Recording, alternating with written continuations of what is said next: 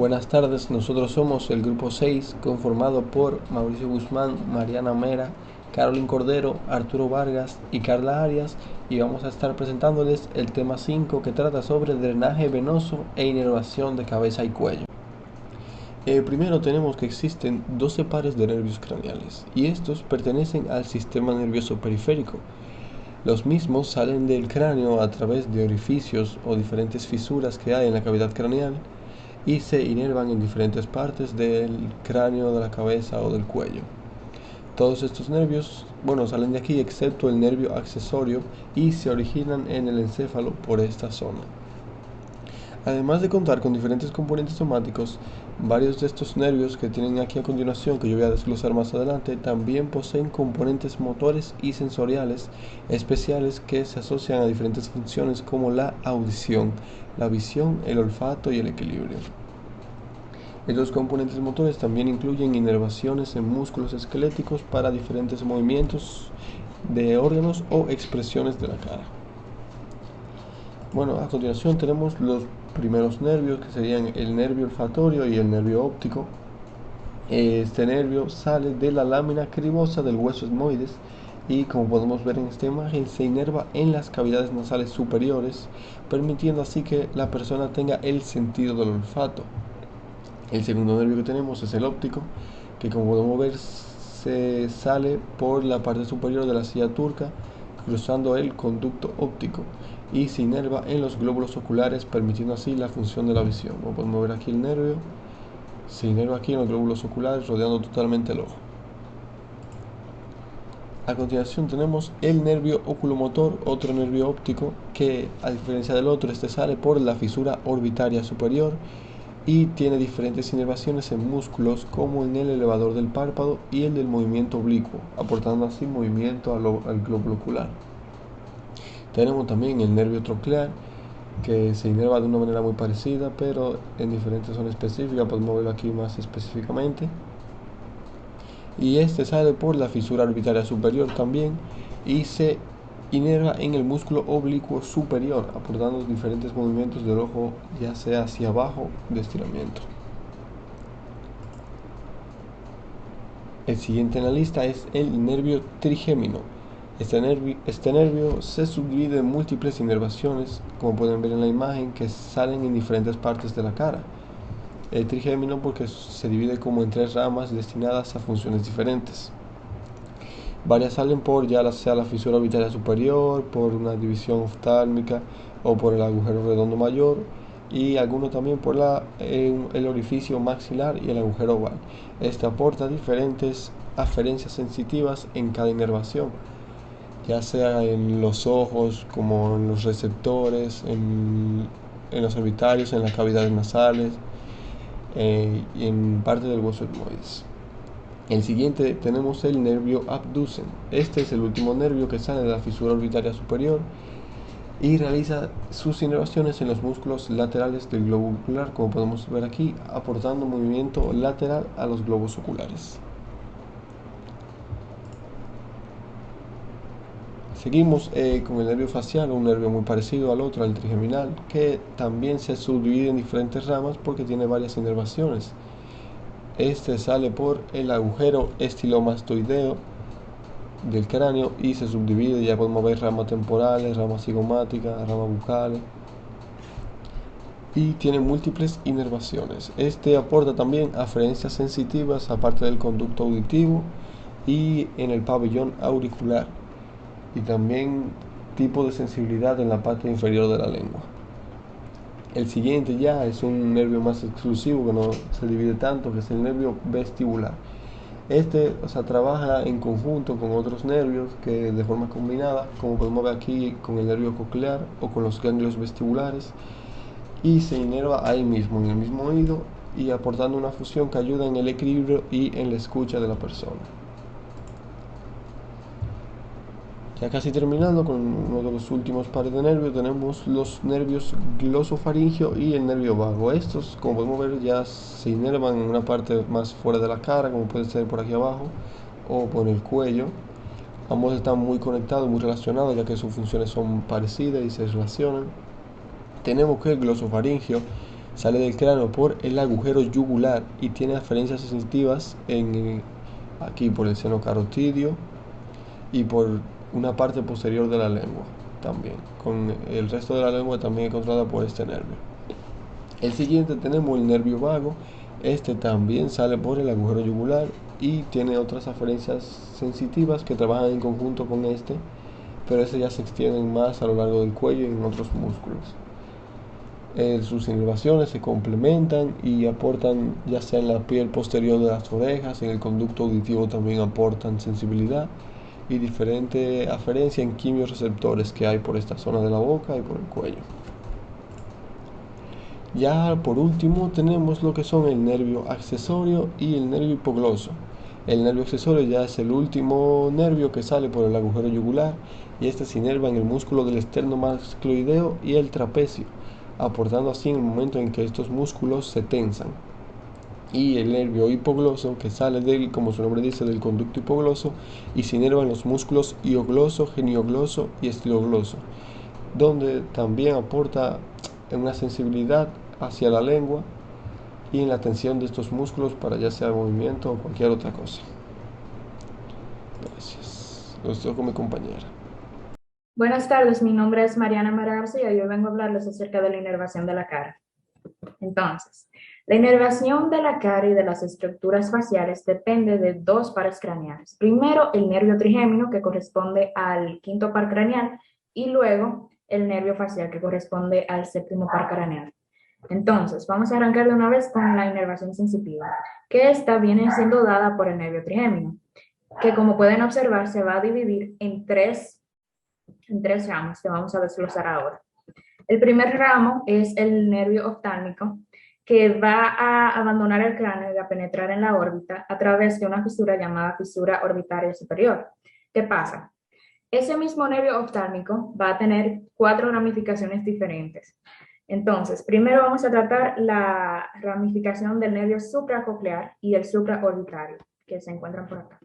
Entonces, estos nervios van a abandonar la órbita superiormente y van a inervar lo que es el cuero cabelludo, la frente y el párpado superior. Luego está el infratococlear, que está acá, y va a abandonar la órbita, pero en un ángulo medial, y va a inervar la mitad interna medial del párpado superior y también esa área de la piel, de ese ángulo medial. Y finalmente está el nervio lagrimal, que va a abandonar la órbita en un ángulo lateral y va a inervar la mitad externa de lo que es el párpado superior y la piel del ángulo lateral. Bien, entonces el siguiente ramo del nervio trigémino es el nervio maxilar, que a la vez se divide en 3 partes. Primeramente está el nervio cigomático temporal, que como pueden visualizar aquí, va a inervar una pequeña zona de la región anterior de la sien, que está por encima del arco cigomático. Luego está el cigomático facial, que va a inervar una pequeña zona de la piel que cubre el hueso cigomático, como pueden visualizar aquí. Y finalmente está el nervio infraorbitario, que se va a dividir en varias ramificaciones que van a inervar diferentes partes de la cara, como por ejemplo la mejilla, también el labio superior y el párpado inferior. Dicho esto, el último ramo del nervio trigémino es el nervio maxilar, que sale por el agujero oval y a la vez se va a dividir en otras 3 ramificaciones. Primeramente está el nervio auriculotemporal, que va a inervar lo que es el conducto auditivo externo y también la membrana timpánica.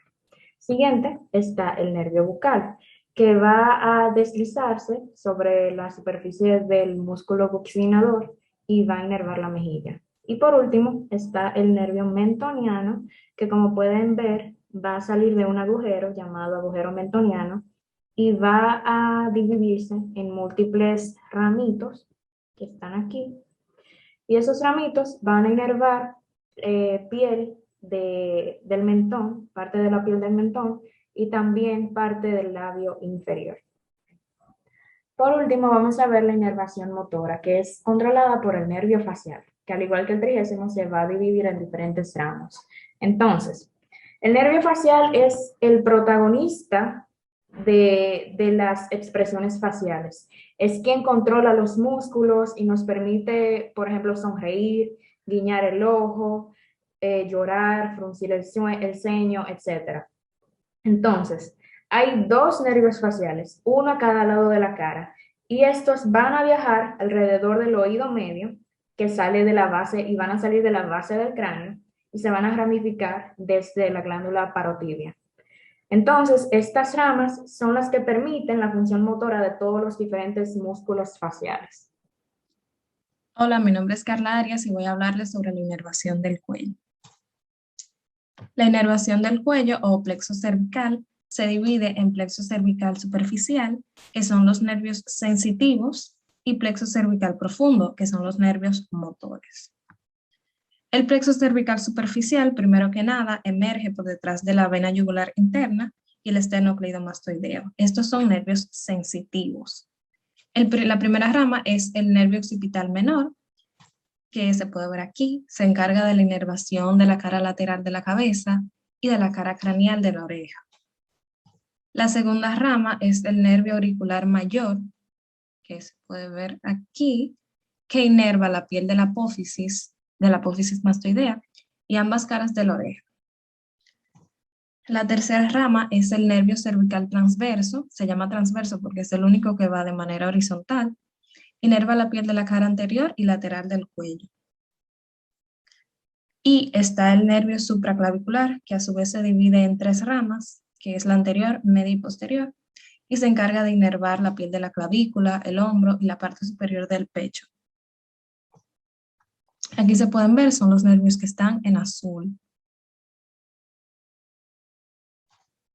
Ahora, el plexo cervical o profundo está compuesto por una estructura que se llama asa cervical, que va de C1 a C3 y que a su vez se divide en raíz superior, que es C1 y C2, y raíz inferior, que es C2 y C3.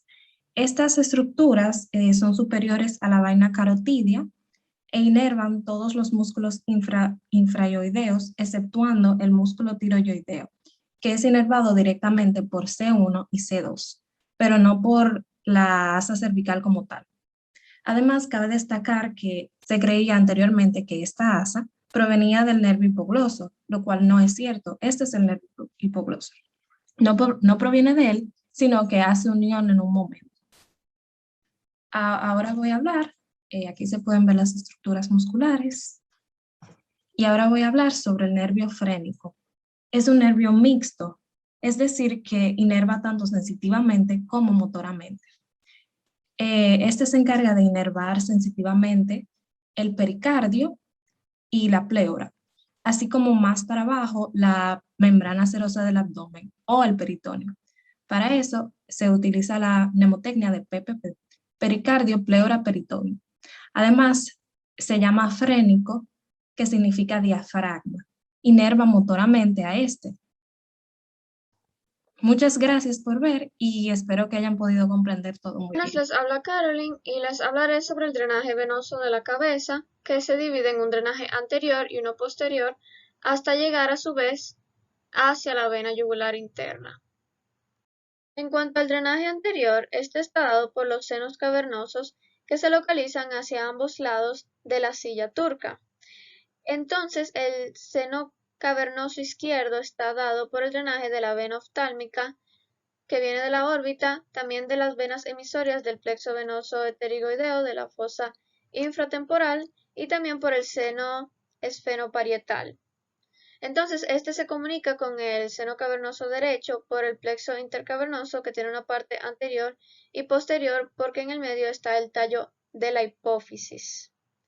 Entonces, está también lo que es el plexo basilar, que se extiende hacia posterior y recoge la sangre del tronco anterior y se conecta con el seno cavernoso para formar el seno petroso inferior, que llega directamente hacia la vena yugular interna, mientras que el seno petroso superior, que está en la fosa craneal media, se comunica posteriormente con el seno transverso, que cuando sale del hueso occipital se convierte en el seno sigmoideo hasta llegar hacia la vena yugular interna.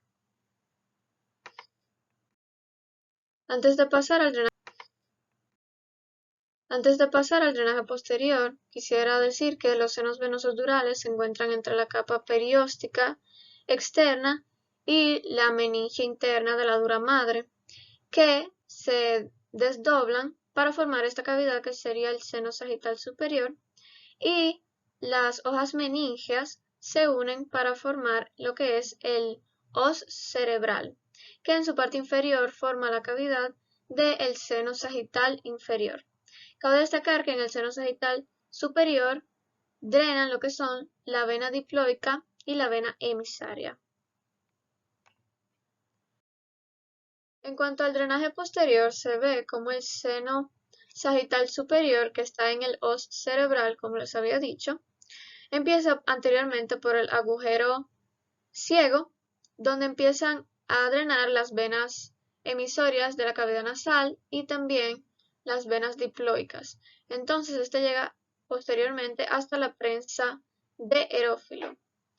Entonces, en el seno sagital inferior, este drena hasta la parte anterior de la tienda cerebelosa y se une con la vena de Galeno, o también llamada vena cerebral magna, y forma el seno recto, que sí está justamente en la tienda cerebelosa.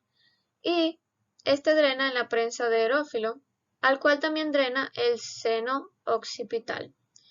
Entonces, de la prensa de erófilo, toda esta sangre pasa hacia los senos transversos que discurren lateralmente, y cuando abandonan la superficie del hueso occipital, estos llegan y forman el seno sigmoideo, que se une con el seno petroso superior del drenaje anterior y atraviesan el agujero yugular y forman la vena yugular interna. Ahora los voy a dejar con mi compañera. Buenas, soy Arturo Vargas y ahora les voy a hablar sobre los drenajes venosos y cómo se forman las diferentes venas. Primero es importante saber que las venas yugulares externas y anterior son los principales conductos de drenaje venoso superficial del cuello. Entonces, ¿cómo se forma esta vena yugular? Esta está se forma posteriormente al ángulo de la mandíbula por la unión de la vena auricular posterior y la vena retromandibular. Entonces, la vena retromandibular se forma cuando las venas temporales y maxilares se unen en el cuerpo de la glándula parótida y desciende por el ángulo de la mandíbula, donde se divide en una parte anterior y en otra posterior. La parte posterior de la vena retromandibular se une a la vena auricular posterior para formar la vena yugular externa. La parte anterior de la vena retromandibular se une a la vena facial para así formar la vena facial común. Luego de que se forma la vena yugular externa, esta se dirige caudalmente por el cuello y al alcanzar la parte inferior del cuello, por encima de la clavícula, la vena yugular externa perfora la capa de revestimiento de la fascia cervical y desciende hacia la clavícula y desemboca en la vena subclavia. Entonces, las venas yugulares anteriores generalmente se describen como las que drenan partes anteriores del cuello. Estos conductos venosos son pares y comienzan como pequeñas venas y se reúnen a la altura del hueso hioides en su parte posterior. Luego, cuando la vena está formada, cada vena yugular anterior desciende al lado de la línea media del cuello y inferiormente, cerca de la unión medial del músculo esternocleidomastoideo. Cada vena yugular anterior perfora la capa de revestimiento de la fascia cervical para así desembocar en la vena subclavia. Entonces, las venas yugulares anteriores, derecha e izquierda, normalmente se comunican por un arco venoso yugular que está en la zona de la escotadura supraesternal. Muchas gracias.